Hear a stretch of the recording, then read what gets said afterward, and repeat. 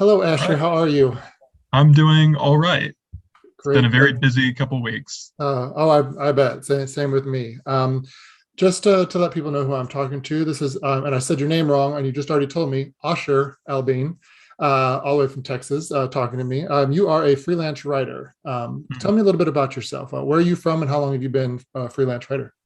Yeah, I'm kind of have a sort of a pan-Southern upbringing, born in Texas, lived in various places across the South. And I've been a freelance writer about nature, culture, folklore, religion, basically pretty much anything that catches my interest for, oh gosh, the past 8 years or so. Started right out of college and figured I would do it as long as I could do it, and I've just managed to keep on doing it. You're still going. That's Still fantastic. going. That's awesome. Well, for context here, for those who are watching this and or listening, is the way I found you was fascinating. So I'm working on an episode of Phantom History about Bobby Mackey's, which is in Kentucky, I believe, if I remember my notes Mhm. correctly.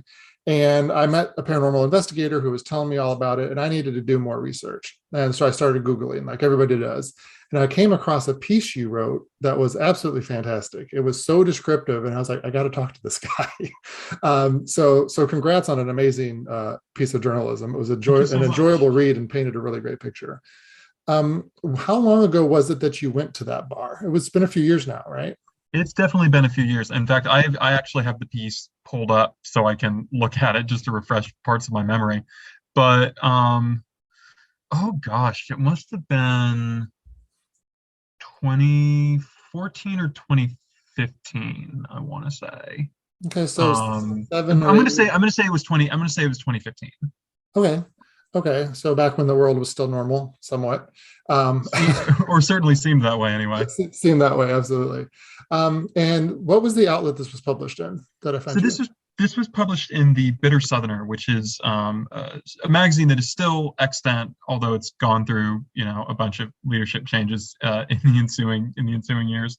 That is basically what they were interested in doing was they were interested in publishing really good sort of weird offbeat descriptive writing in journalism about the South that was from Southern writers and sort of not not based off of the sort of parachute journalism style of people who weren't from the South coming in and writing sort of stereotypically about the South.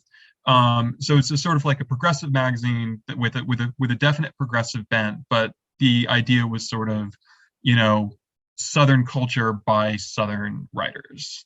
Um, and for this one, I don't, and I'm trying to remember why I initially pitched it or how I initially pitched it, but I somehow had come across mention of Bobby Mackey's Music World somewhere and had kind of been poking around it. And I always really liked to write about ghosts and folklore, and to get paid to write about ghosts and folklore is really the dream. But I pitched this idea as basically here's this place. It's supposed to be the most haunted honky tonk in the country. Why don't you send me there and I'll just go see what I can find? And I was pretty early in my career then, which is wild to think about now. And so, I went and I really kind of pulled out all the stops on this piece and worked really hard on it. And I'm very proud of it. I just sort of reread it. This is sort of maybe a little bit of a gauche thing to say, but like I reread it before hopping on the call with you. And I'm like, hey, this is really good. I wrote a really good Agreed, it piece is really here. good. Um, and it was really fun just to go up to that part of the country and spend some time hanging around out in the area to talk to the titular Bobby Mackey himself, about his relationship with the location and with the ghosts and with the music, all of which are somewhat more complicated than I think usually they were being portrayed. Right. Um, and I think it's one of those pieces that is really sort of something that I remain very proud of. And I'm glad you're proud of it because again, as soon as I was about halfway through the article when I was like, I need to talk to this guy because it painted such a clear picture. I have not been there myself yet. I plan to go hopefully sometime Hmm. soon. But the way you wrote it, I felt like I was there, which kind of helped me paint this picture and put these pieces that I have been reading about. So the first thing I want to ask you about your visit to Bobby Mackey's Music World was when you pulled up and saw the building. What was your first thought? Like, oh my God, where am I? Or this is going to be fantastic, or it's creepy. What do you remember what you thought? Yeah, I do. It's a weird looking building is the first thing I thought. It looks, you know how there's some buildings that look like they were made for a purpose and they've been fulfilling that purpose, and there are other buildings that look like they've been a lot of things at a lot of different times and they've never been very good at being any of them. Mhm. Bobby Mackey felt the second, like the music world feels the second way. Like it's not creepy exactly, but it's got that sort of a little bit shabby, like a little bit run down. It's a large building. It's sort of perched on this hillside, like right overlooking the river. It's not like a steep drop down to the river, but it's pretty close to the edge of the river. It's right by these train tracks. And there's this sort of a sloping, shambling quality to it. Like the building sort of looms and slouches at the same time. It's very interesting. Um, I don't know. Obviously, I knew walking into it that the place is supposed to be haunted. And here's as good a time as any to say, I don't particularly believe in ghosts. I'm not like a hardcore skeptic. I just don't find a lot of the ghost accounts to be, I find them interesting, but not materially convincing. My attitude about ghosts is very much that if people believe that ghosts exist and treat buildings as though they're haunted, then in practical terms, because it's affecting people's behavior, then the buildings are haunted. If you just come to me and say, okay, we're going to get scientific evidence of ghosts, I'm like, good luck. Like, I think you're kind of barking up the wrong tree there. But, of course, I would be very interested to be proven wrong. But to me, what makes ghosts and hauntings interesting is not the question of whether or not they are materially real in a sort of post-enlightenment way that you can like see and touch. I just think that that's always been sort of the wrong way of engaging with them. So knowing that Bobby Mackey's is reputed to be haunted and that many of the people who go there think of it as haunted made it very difficult not to go there and look at it as a haunted place and as a creepier place than I might have done if it were just, I was just like, oh, here's Bobby Mackey's. Oh, it looks a little run down, as opposed to going there and being like, oh, hey, there's Bobby Mackey's. It looks like it has a presence to it, you know? Absolutely. And I'm glad you said that about, your kind of belief system around ghosts, because every good ghost story is connected to either a historical account or lore. And whenever you talked about, your writing and what you like to write about, that's kind of what you said. So there's Mhm. so many stories connected to this building that may or may not be true, that there's a little bit of evidence, but we're not 100% sure that ties I would into. even go so far as to say that probably most of them aren't. Okay. But I think I don't, how much of that is a problem sort of depends on how important you think the truth is for a ghost story. And I think in a lot of ways, all you really need is a little seed of something that might be true, and you leave it with enough time and enough people making stories around it that it sort of like flowers into its own thing. And on that note, just jumping right to the man himself, you got a chance to talk to Sure. Bobby Mackey, who Hmm. I believe himself, he doesn't really think it's haunted, but he doesn't say it's not haunted. Am I correct there? Yeah, well, I mean, here's what I would say about Bobby Mackey. And I would also say that if you can, you might be able to get him to talk to you. Like he's a really friendly dude. And if you do, you'll see you'll have a chance to sort of form your own impression of him. The impression that I had is that he's a music guy. The music is the thing that really interests him. It's the thing he's really passionate about. He's really passionate about having his own honky tonk that is his. He's really passionate about getting the mute to play the music there that he wants to play. That he kind of, I had the sense, it felt like the sort of types of country that he wanted to do was really like falling out of fashion in Nashville. Um, and he's just not that interested in the ghost stuff. Like there was a definite, I sort of talk about this in the piece, but it was like you bring up the ghost stuff and you just see the light go out of his eyes, man. He just does not really want to talk about it.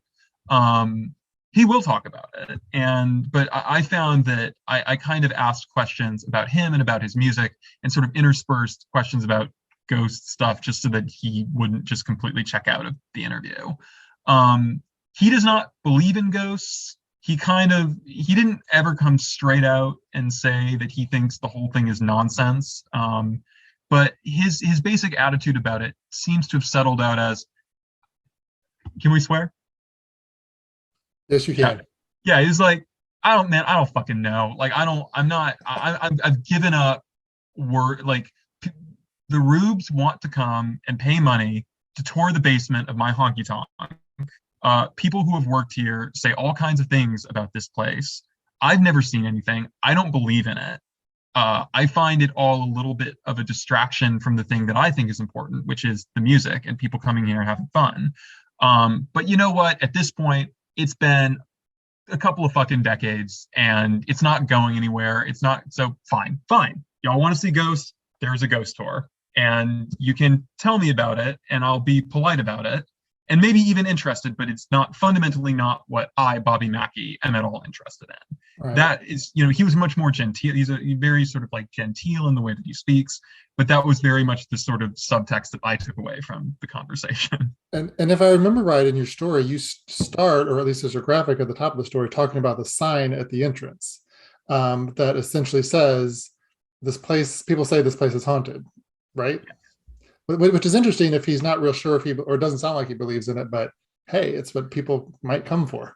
Yeah, and of course you have to remember also, like, I don't want this to sound cynical, because this is sort of the way that a lot of like places that are haunted end up working, is that the haunting ends up becoming by its nature a tourist attraction.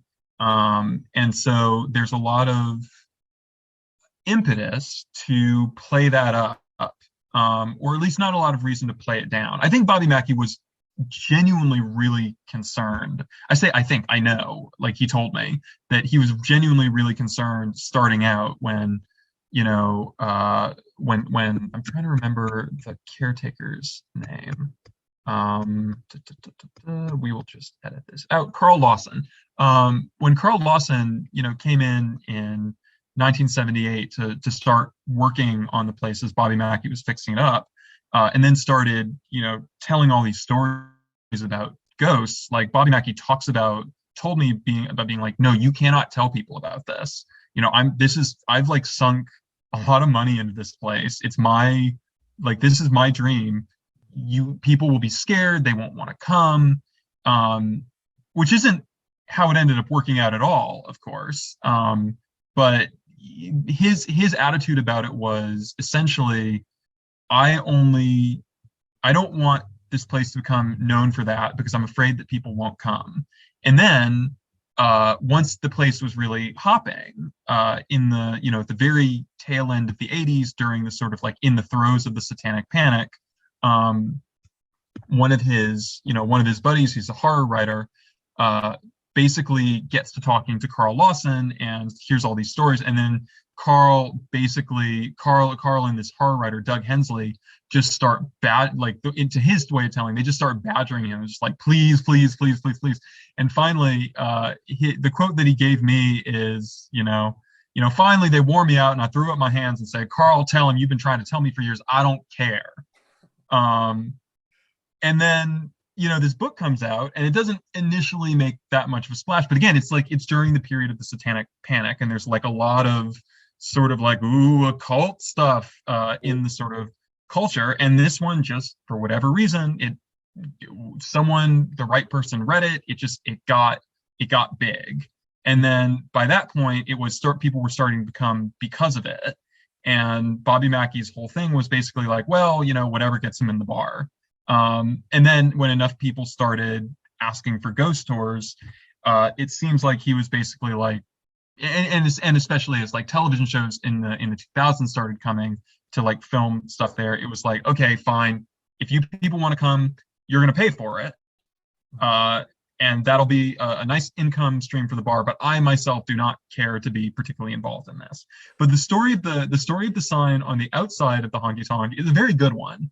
And Bobby confirmed it for me. And the story is essentially that there was somebody who was drinking at the bar, not alcohol. Like Bobby said he always came in and he just drank water. We just hung out there because it was like a real sort of like northern Kentucky, like it's right across the river. Like it is practically like a stone's throw from Cincinnati. So there's like a lot of people come in from Cincinnati as well. And this guy's sort of hanging out at the bar and drinking water, goes to the gentleman's restroom, gets attacked by a ghost in there, comes out like really shaken, and like really furious, and basically tells Bobby Mackey that he just got attacked by a ghost. And what's the big idea? Like having a place where a man can go to the bathroom and get beaten up by a ghost. And Bobby Mackey's like, I'm sorry, I don't know what happened. I'm sorry. And the guy ends up suing him, like taking him to court, for essentially like trying to hold him liable for this ghostly attack that has allegedly occurred. The judge throws the case out of court because obviously tells him to take it up with a higher power, which is very funny. And then Bobby said that he talked to his lawyer, and his lawyer was like, we ought to let's just make a sign. Just you come in here, you acknowledge that this place is allegedly haunted. What happens to you is your responsibility. We don't accept any liability for it. And on the ghost tours, you also have to sign a little liability form, which is, I have to say, incidentally, genius marketing, right? Like, regardless of whether or not anything actually happened, I don't have any reason to disbelieve Bobby Mackey about this. I think it probably did happen. But it's such a great, like, it's like going to a haunted house and they're like, oh, you have to sign a liability. And it is like liability, but also kind of gets you in the spirit of the thing, you might say. Right. Good turn of phrase too. Absolutely. And it kind of sets you up for that unknown and what could possibly happen.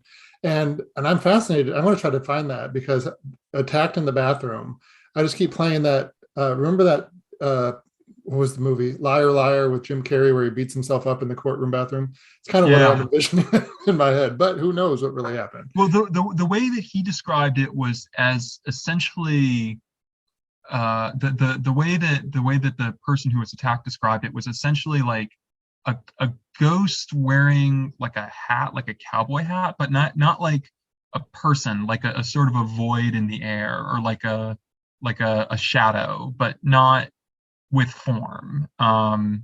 It sounds like, I could say, I don't know what this person experienced. It could have been a ghost attack. It could very well have been some sort of fit, some sort of like, it could have been really, really anything. But I don't see any reason to believe that this person did not themselves believe that they were attacked by a ghost.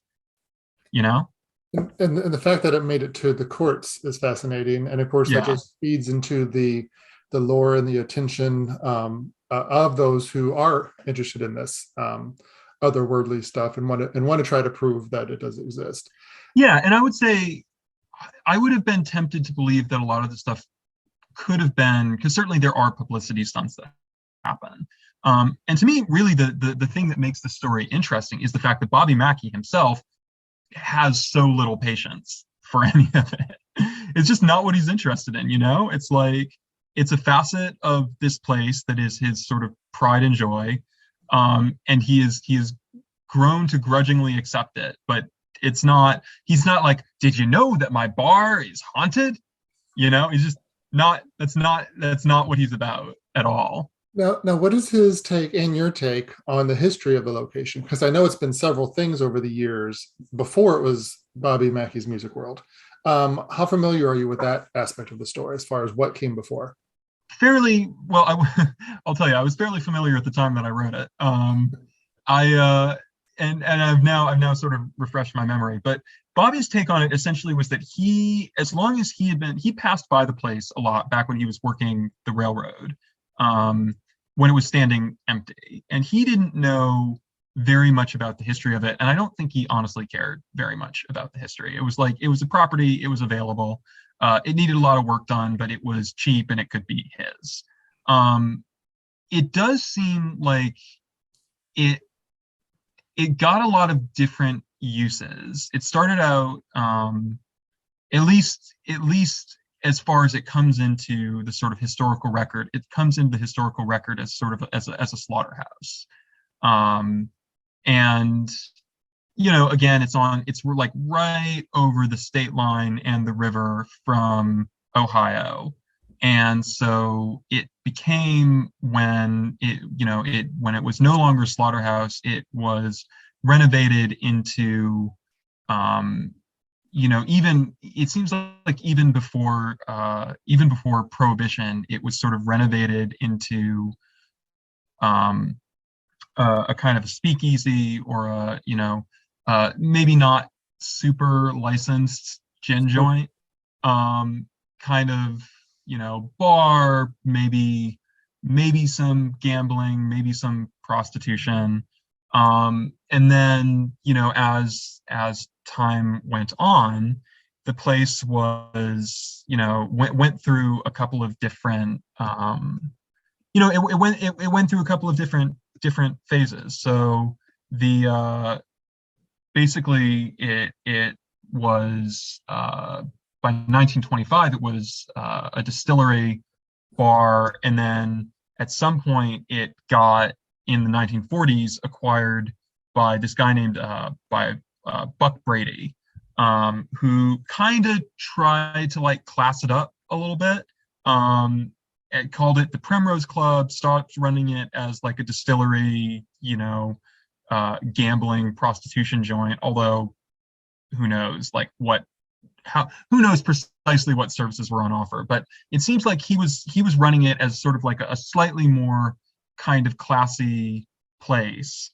But ended up, the story goes that he ended up getting kind of into it with the Cleveland crime syndicate. Like, he was running it well enough that actually he was starting to cut into their rackets. And there was a little bit of a contretemps between the racketeers and this guy Brady, where they send this guy out named Red Masterson to kind of convince him that it might be a good idea to sell out and move.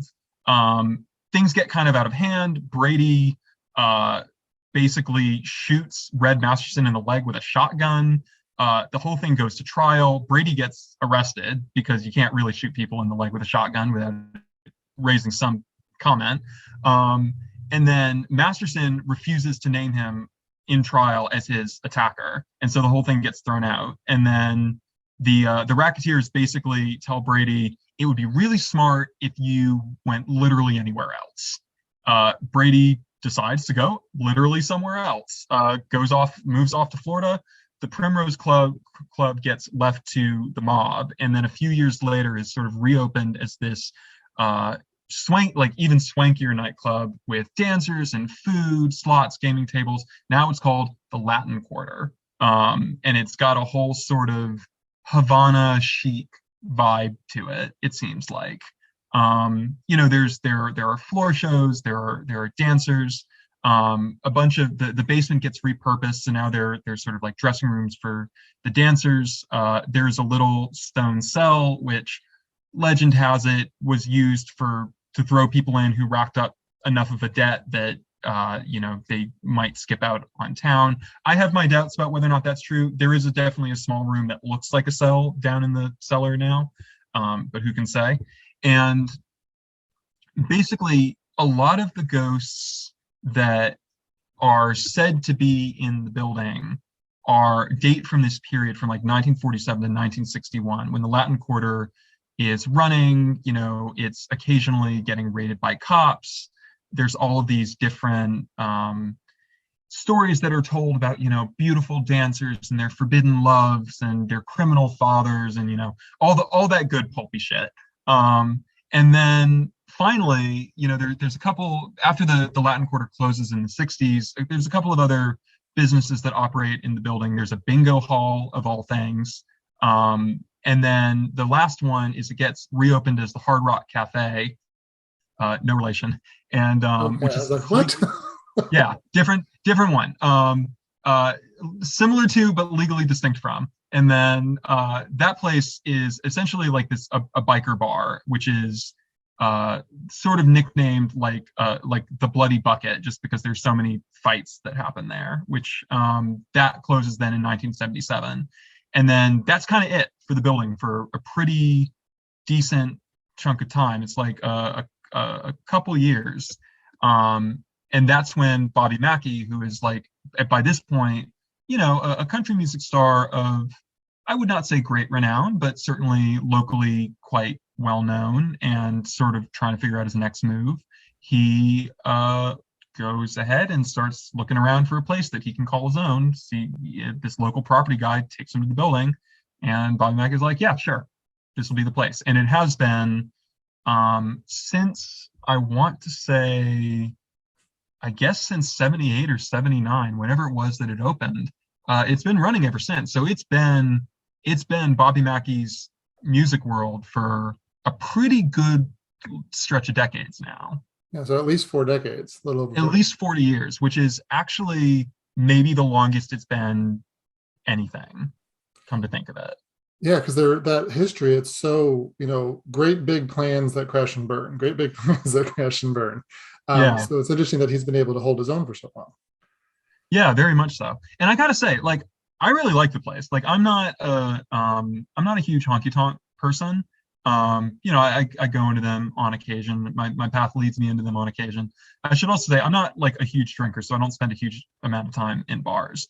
I really liked. I found the vibe of Bobby Mackey's to be really kind of like, especially the sort of upper honky tonk when I was there, when it's full and it's hopping, really kind of warm and fun. Like the music was really good. There was like, it was full of people. Like people were really people were really kind of going, and it definitely just felt it felt alive, and like really alive and really lively. There's a mechanical bull, and people are getting thrown off the mechanical bull. It's full of college students, it's full of bikers, it's full of folks who clearly come up from a little bit south in Kentucky, or like over the river from Cincinnati. It's just like a hopping place. It's just a really good vibe to the place, I thought. And everything I've read about it is that it's a fun local night spot. A lot of people just seem Yeah. to be going there and spending time, and it has this underbelly. And I like that you said you were able to go downstairs and look at that small room and see the cell. And I know there's like a well or something down there as well, and some. I mean, the videos I've seen look very eerie and very unfinished. As far as Yeah, it's definitely the basement is definitely creepy. It's also definitely, how to put this? There's not a whole lot of incentive to make it less creepy, given like it's not creeped up, but it is a little bit. Like some of the old like dancers changing rooms are like, they have like a red light bulb in there, so it's just like really like, but I mean it mostly just looks like, it looks like the kind of basement you see in buildings that have been a lot of different things during their history. And so there's all these like little fossilized pieces of what the buildings were. And so like there's a like a sort of a bare concrete room down there, where there's all this moisture damage. So there's a lot of like essentially pareidolia, where you can look at it and you can see shapes. And of course, the guide will helpfully tell you what shapes you should be seeing, which isn't it astonishing how that happens? And then suddenly, oh, wow, now I can see it.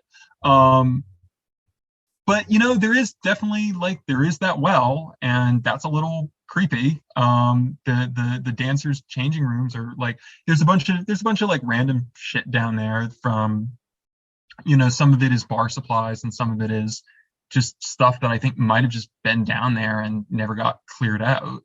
But it's definitely, the people who go down into the basement during business hours are people who are interested in seeing ghosts. Right. You don't just go down there. You go down there looking to find something. Part of a tour, yeah. And the way that the ghost tours seem to have started was that basically people like bugged Bobby Mackey about it.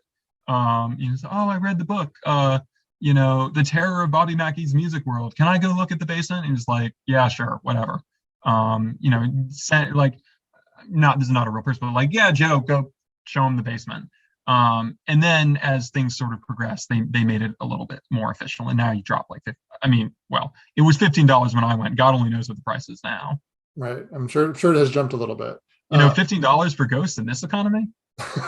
Right, exactly. That's actually a really good deal for a ghost tour. Yeah, I love that. pretty good. Yeah. Now, did you get a chance to talk to any other employees or folks who hang out there quite a bit? Or I chatted with a few folks. They were like, when I was there, they were working, like I was, basically I had time to talk to Bobby. I had about a 30-40 minutes with Bobby, and I chatted a little bit with his name escapes me at the moment. And I don't want to have too much dead air kind of like looking around for it, but that's what editing's for. yeah, one of his, let me see if I can find this. Okay. Because I know he has a really well, from what I've seen and read, there's a staff, and I know some of that staff has been there for quite a while. And yeah, Seifert. Seifert is the club's head of promotions, and he was the guy that I was talking to a lot, and he is the guy who sort of acts as like the sort of PR head. I talked to him a little bit, and like he's been with the club since at least the 1980s.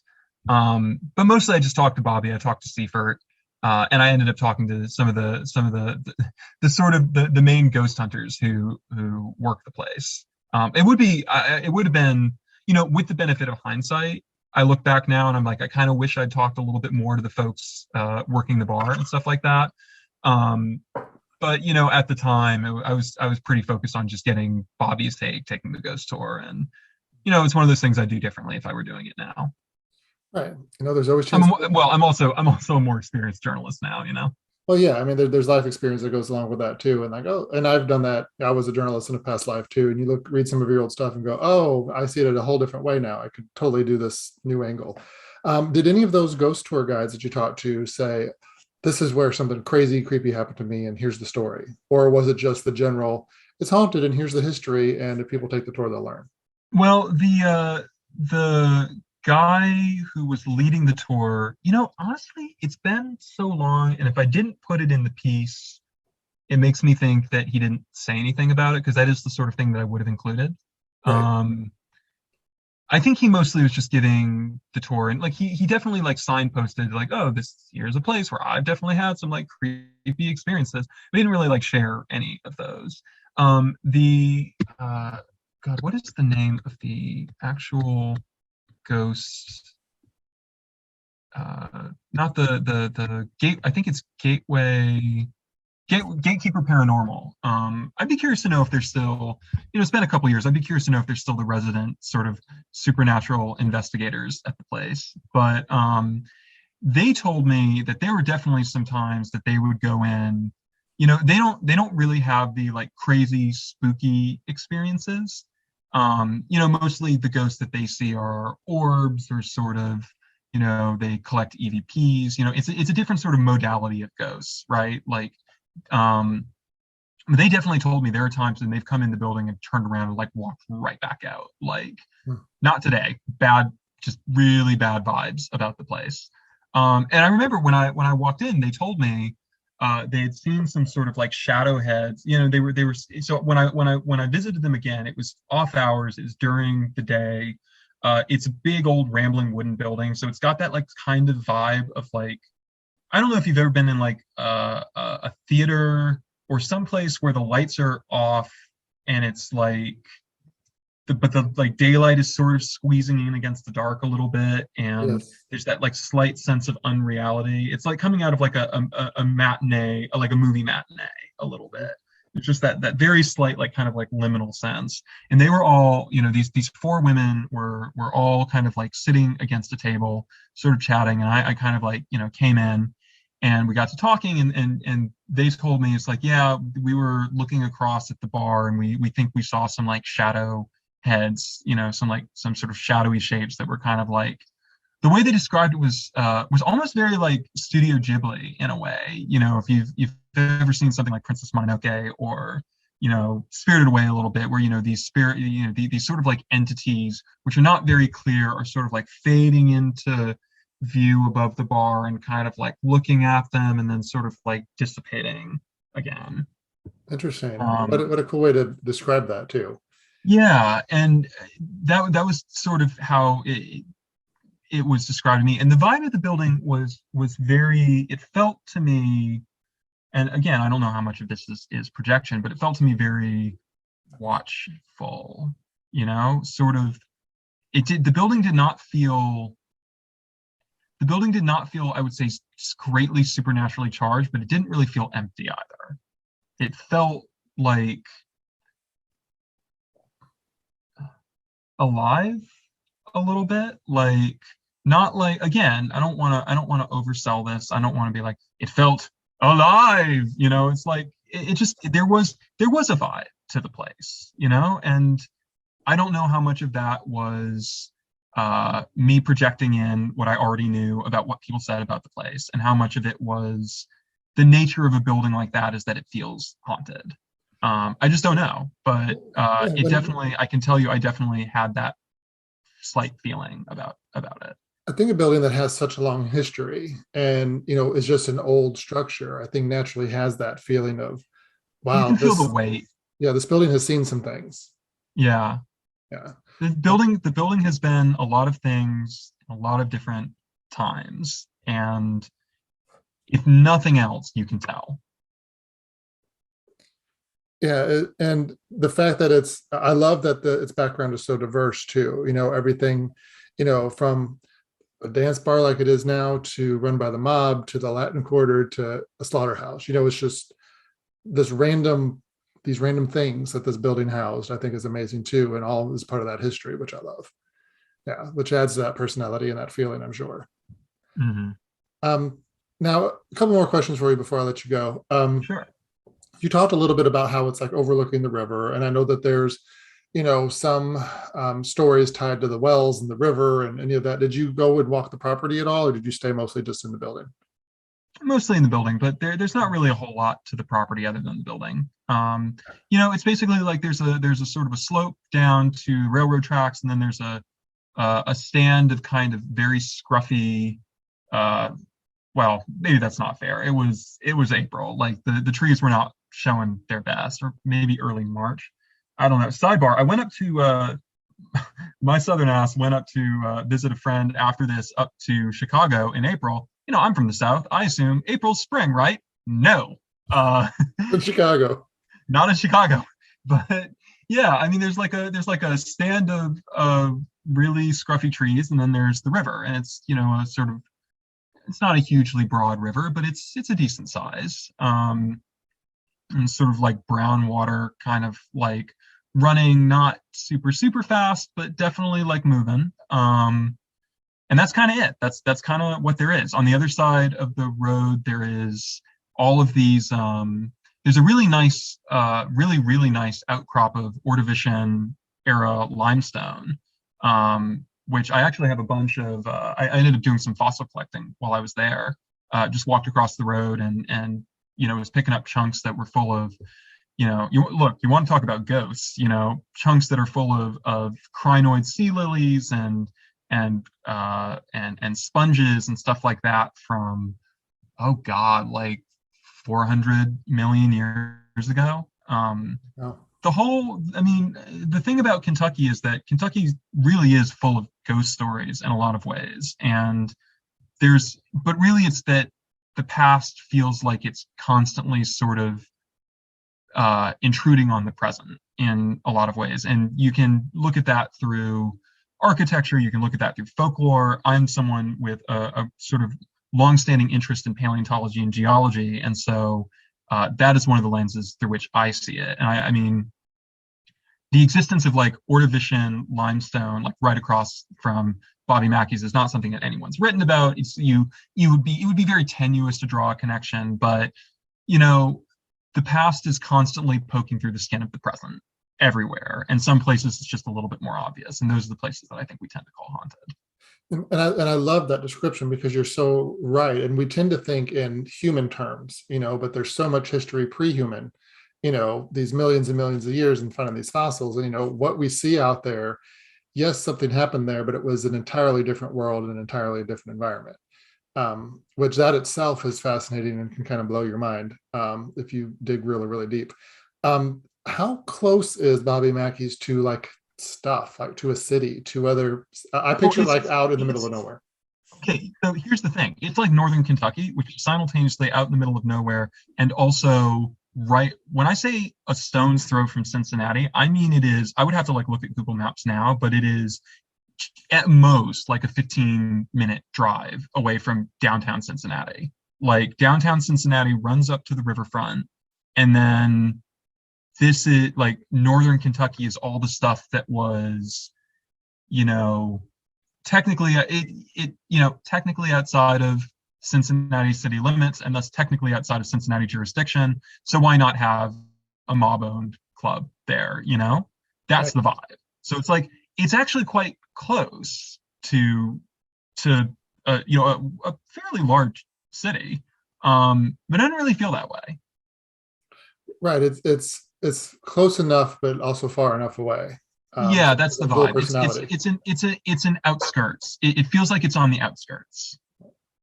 Right, but accessible. Which I mean, that's why it's been successful for 40 years. Yeah, yeah. Look, if it were genuinely out in the middle of nowhere, I don't really know that he would have been able to keep it going that long. But there are places in northern Kentucky which are close-ish. Cincinnati, I think, is closest. But again, to be honest, I don't quite remember the geography well enough to speak like super authoritatively on it.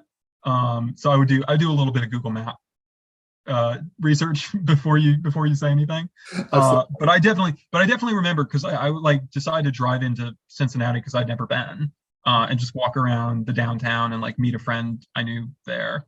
And so I drove in, and it did not take me long. Like it wasn't like a 30-minute drive, Right. Yeah. Right. Like you said, 15 minutes right around the corner. I know it's been a while since you were there and since you wrote this piece. Like you said, 7-ish years, maybe 8. Something like, yeah. Yeah. So it's been quite a while. So this is a 2-part question for you. One, have you really thought about the place much since you wrote the piece and filed it and moved on to your next story? And part 2 of that question is, now that you've talked about it again, any desire to go back? Yeah. Well, I'll answer part 2. Yeah, I do kind of want to go back now that you mention it. I'd be curious to go back. I don't know that I would go back to do ghost stuff necessarily, but it's the sort of thing where it's like, I don't know. Okay, if anybody wanted to pay me to go back and write about it, of course I would say yes. If nobody wanted to pay me to do it, but I were going to be in the area, I would absolutely stop by.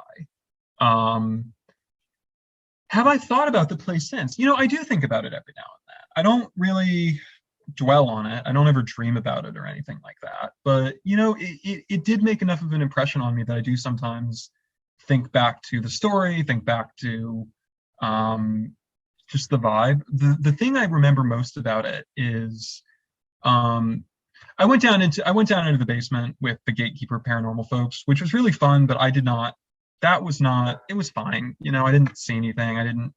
I maybe saw an orb, but I wouldn't even swear to that, honestly. Like, I just know enough about how the brain works that I'm very skeptical of like how much prepping goes into these sorts of things. But I will say that I very much remember sitting with the Gatekeeper paranormal folks talking up in the kind of like empty bar before we went down there. And that atmosphere of like sort of sleepy, dozy, drowsy, slightly haunted wakefulness, that stuck with me.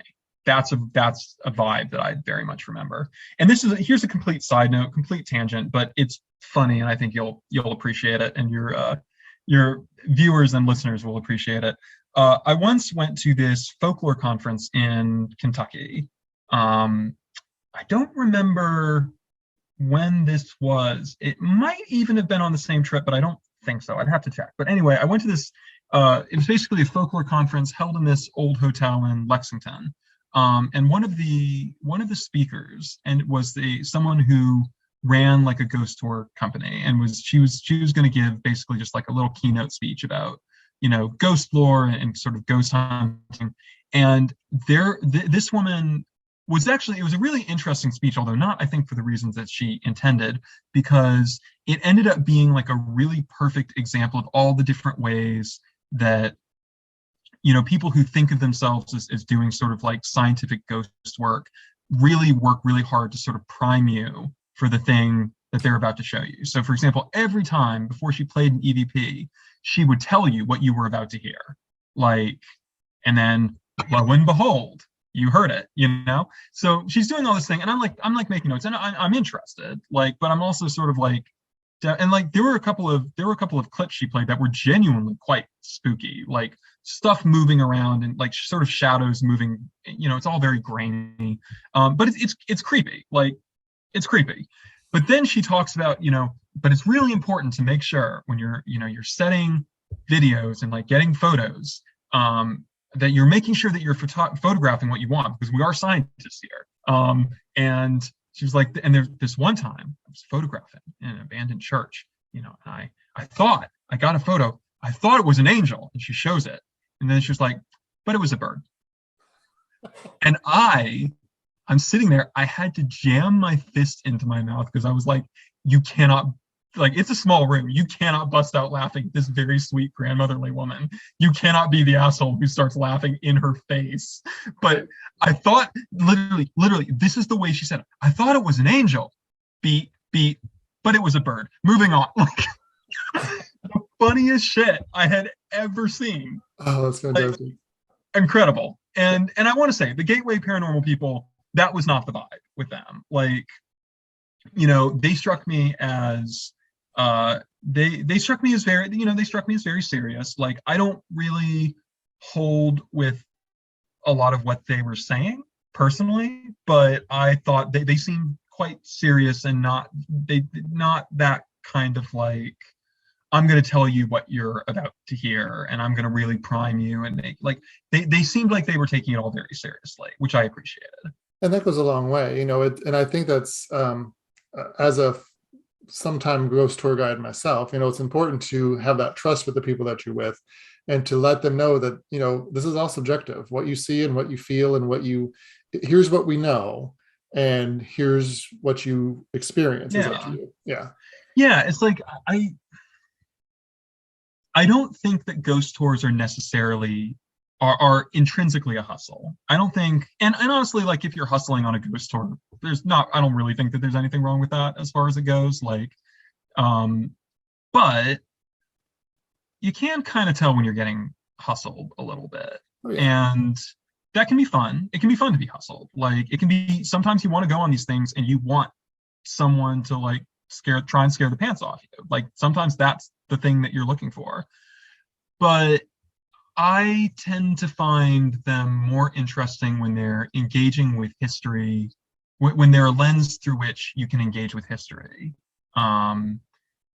Because a lot of times, you hit a point where you're in a concrete room looking at some water stains that someone is telling you are scary.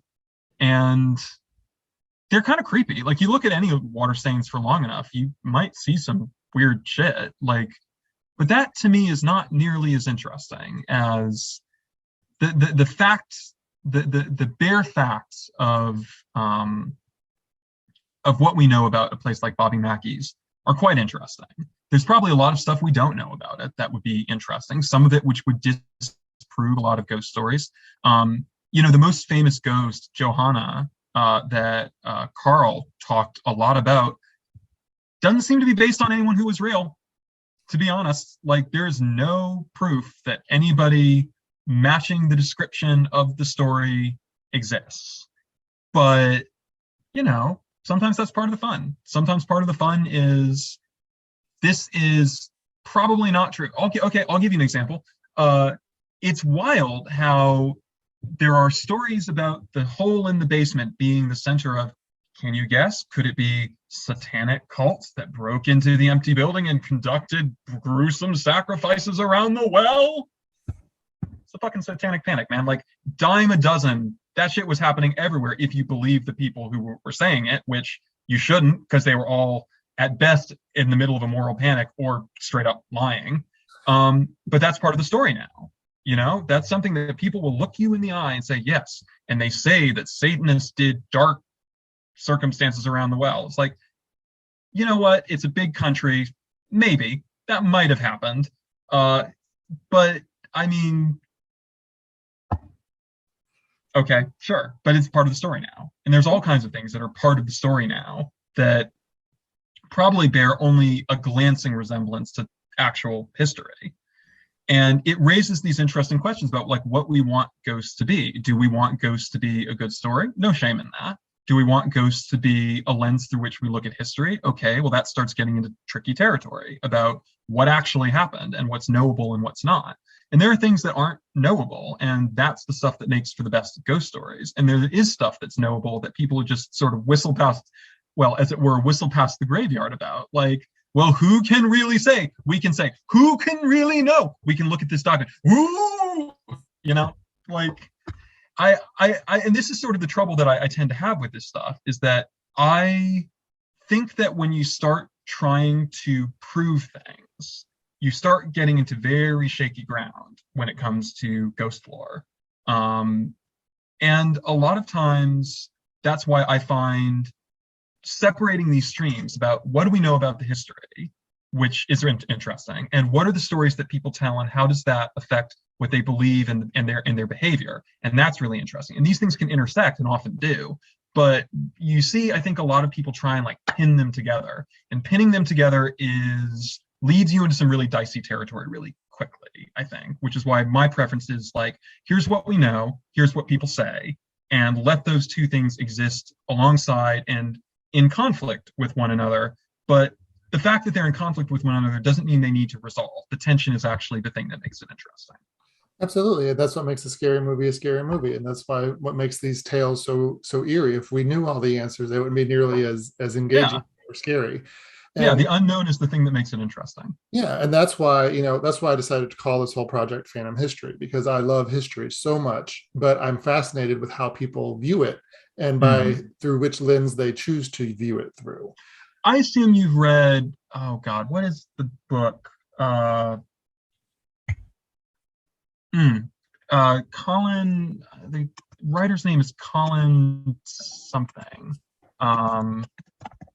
It's a history of Ghostland. You've read Ghostland, I assume? I have, yes.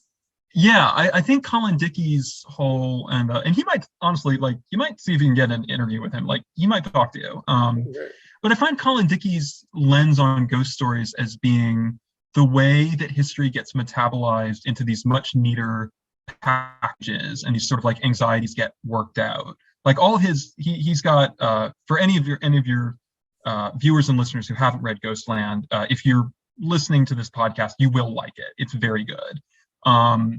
But he talks a lot about the ways in which, for example, ghost tours of plantations tend to recycle these same sorts of stories, which are not really historically accurate, but do engage a lot with the anxieties that people have about things that happened in history, and are sort of these ways of like self-soothing around them. You want to believe in some ways that it's because it's neat if there's a place that is a honky-tonk and has been various kinds of places in the past, well, okay, let me put it this way. I've never heard of anybody reporting seeing Pearl Bryan, that poor woman in the latest 1800s who was murdered, possibly because she was trying to get an abortion.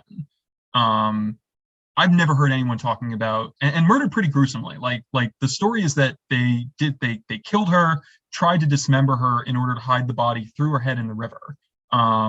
Or some stories also say that her head was thrown down the well, but I think that that's probably not true. Like that's not something that was said in the court proceedings at the time.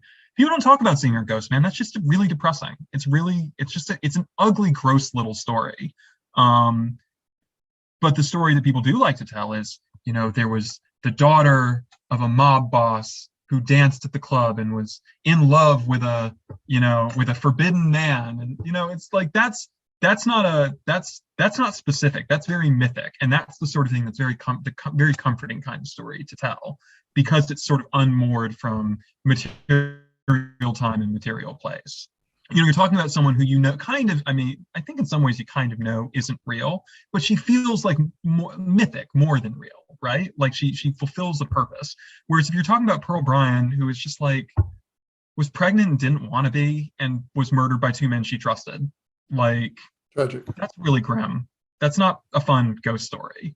And I think a lot of ghost stories are the ones that stick around, I think, tend to be fun, or at least give you like a little frisson of like something, not just like, oh, that's really depressing. I feel like I've probably maybe wandered off the topic here, but well, and actually the investigator I talked to on the same topic kind of said the same thing. It's finding the documentation to support these stories is part of the challenge of saying, okay, this is what we were told would happen, but this again is what we know would happen.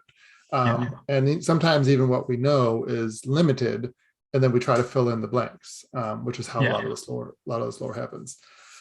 Anything else you wanted to add about Bobby Mackey's before I let you go? No, I don't reckon so. I think that about covers it. All right. Well, look, if you're in the vicinity, you should go. Hop in place. Really good night spot. I plan to, and I love country music, so I will fit right in. That's off my cowboy boots. They're around here somewhere. Sure. Thank you so much for talking to me and for that amazing story. I'm going to link to it on the website so people can check it out. It's a really, really good read. And it's one of those sit down with some coffee or some tea and like settle in kind of reads, which I really like. I mean, it's like you get really into it, which is what I really enjoyed. Well, thank you so much. You're welcome. I was halfway through it and I was just like, wow, I've been reading this long, and it's, you kind of lose yourself. So congrats on an amazing story. And again, I'll share that link for everybody to check out, both on my YouTube channel and on some of my other social media as well. But keep up the great work. And if you find any other crazy, creepy places, definitely let me know. I'd love to hear more. Sure, certainly. Actually, I have some things I can send you. Oh, excellent. And before we say goodbye, let people know how they can find you or to read your stuff. Of course. If you want to read my work, you can go to my website, which is Asher Elbein, ASHERELBEIN.com. It is updated regularly with everything that I do. You can also find me on Twitter at Asher_Elbein.com, spelled the same way. You should be aware that some reporters are very studious about not talking politics. I am a very open leftist, so if that bothers you, perhaps do not follow me on Twitter. Otherwise, you can. Those are generally the two places that you can find me. And I usually answer my emails pretty quickly. Those are both my emails available in both places. If you have a story tip, I would like to hear it. If you have abuse, probably keep that to yourself. Perfect way to phrase it. And I can vouch. When I emailed you, I think I heard from you in like 15 minutes. It was amazing. And then we were able to finally connect. So again, thank you so much for your time. And I can't wait to read what else you're working on.